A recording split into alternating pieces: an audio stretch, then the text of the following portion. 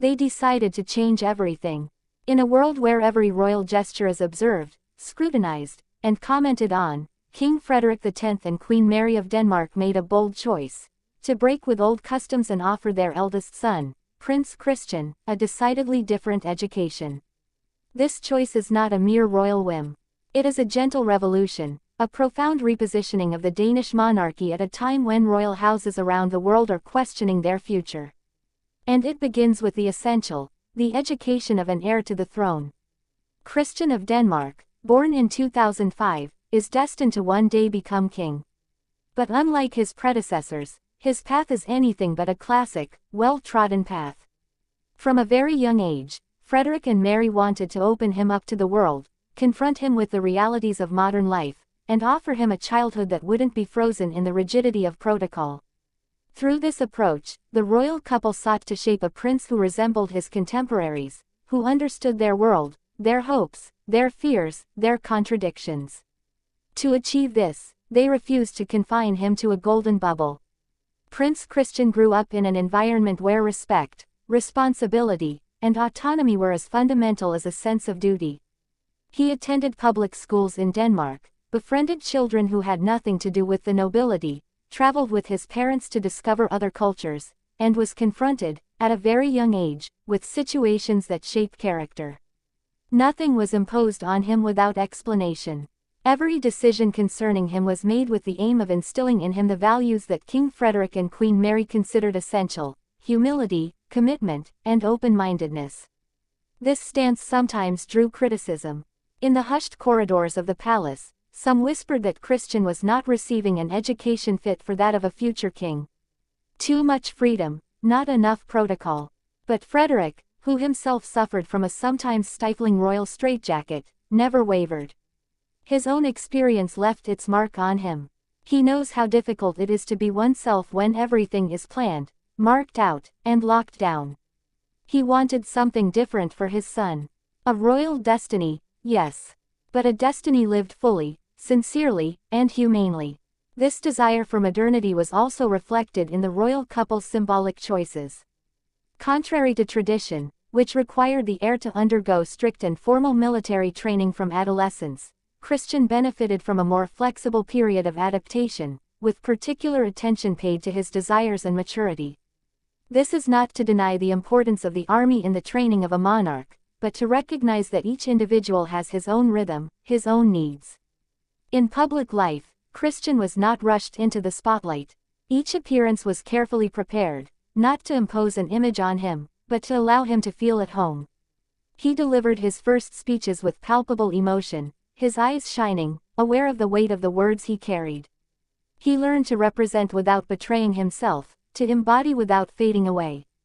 A complex task, but one he carries out with a grace that astonishes even the most skeptical. This new generation education is not limited to the family sphere. It reflects a monarchy in flux.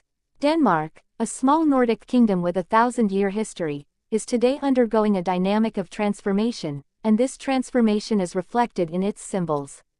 Frederick X, long considered a discreet prince, has found in his role as king a new strength, a desire to reconcile heritage with innovation. Mary, originally from Australia, embodies the bridge between two worlds, between European tradition and Anglo-Saxon modernity.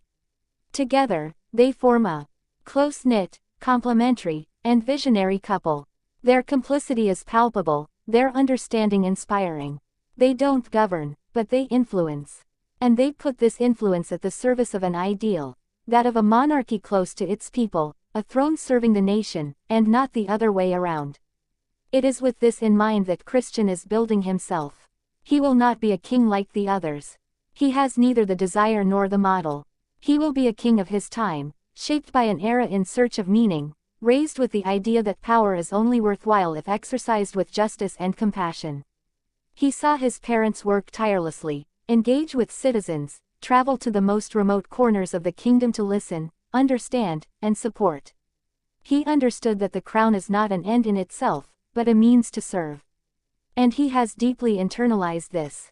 This approach is reminiscent of that of other young European heirs, such as Princess Elizabeth of Belgium or Princess Amalia of the Netherlands.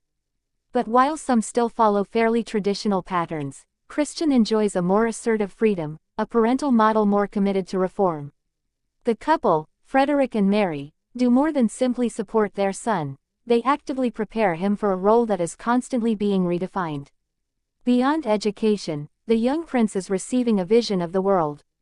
He is learning to read the codes of diplomacy, to handle symbols, but also to speak out on important issues: the climate, inclusion, solidarity.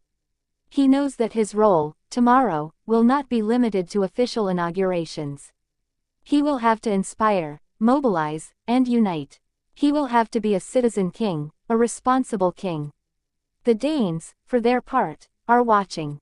They watch Christian grow up with tenderness, curiosity, and sometimes a touch of concern. They know that the future of their monarchy rests largely on his shoulders. But they trust him, because they see in him a sincere, committed young man, attentive to others. A young man who, far from unnecessary pomp, already embodies something new, something essential. Frederick and Mary, by breaking with tradition, may have taken risks.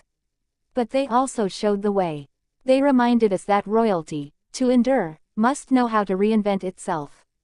And this reinvention always begins with a simple question: what kind of world do we want to pass on to our children? Christian, for his part, already seems to have part of the answer. And you, do you think that European monarchies should follow Denmark's example and rethink the education of their heirs to better meet the challenges of the 21st century?